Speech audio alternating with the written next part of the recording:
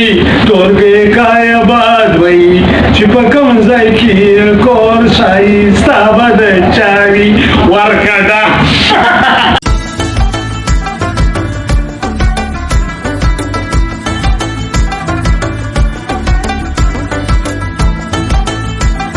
نو کتونکو اعظم خان یم له وطن سره د زما پر څنګ باندې یو ځوان ناست دی نصیب جان کاکړ نو د ده ډیمانډ و غوښتنه یې وله چې ستاسو په چینل کې تاسو کاکړې غاړې نشر کایسته چې پښتانه ورونه په کتلو باندې خوشحاله هم سي او وخاندي هم نو ما د نصیب جان په فرمایش باندې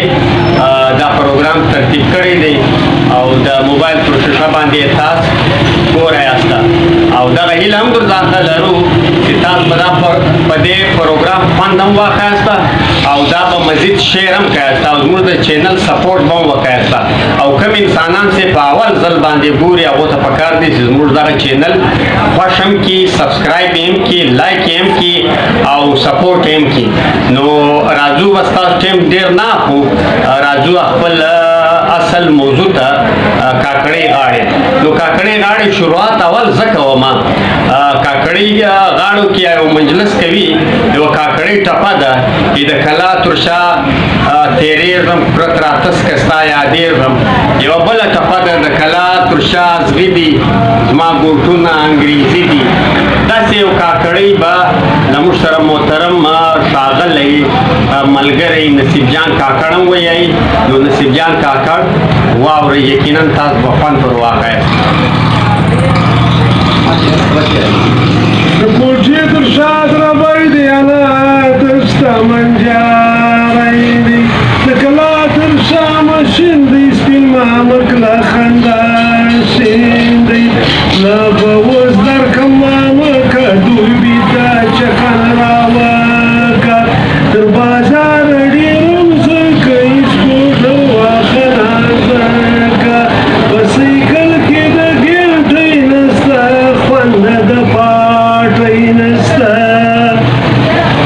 ښایي ښایستې چې مسافر زه اوس مه غواړه دیدن چې په شناخت مې شرمېدلې ما در پرېښودی وطن موږ په دواړو خوندو یار کې د یوې توپنچې ګار کې زه درځم له شپې کالی واچوه سرې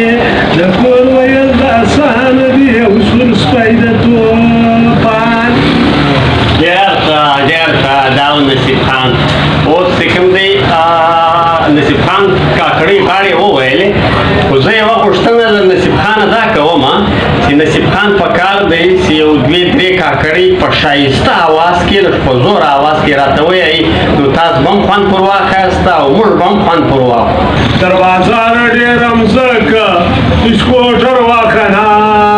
زکه ښایستې چې مسافر شوم اوس به مه غواړه دیدن چې په شناخت مې شرمېدلې ما در پرېښودی وطن لیلا څه سوه لیلا لیلا ناجوړه وه بېګا مګریز ولیده د ګل په خان وزنګېده د سپین مخ پر نیمایي تورګې کایه باد وی چې په کوم ځای کې کور ښایسته به د چاوي ورکړه اوس یې خوند پر ورکړه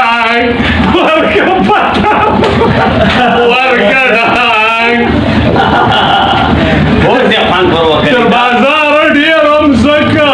سپین مامکه ګاډۍ واکه ټولي بریک راته وکړه دا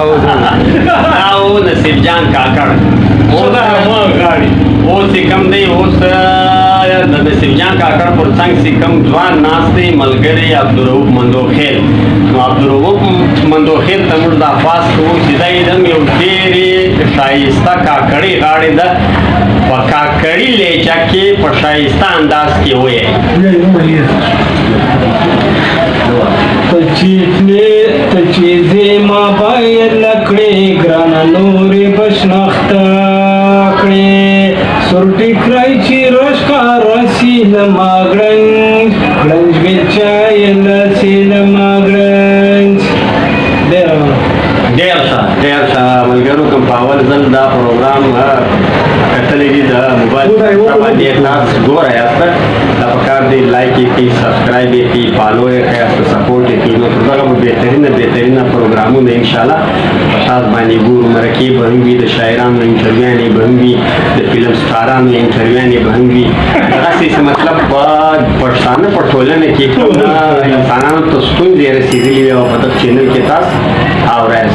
نو په آخر کې رخصت الزحف د ټولو ده د لږې ډلې ګلونه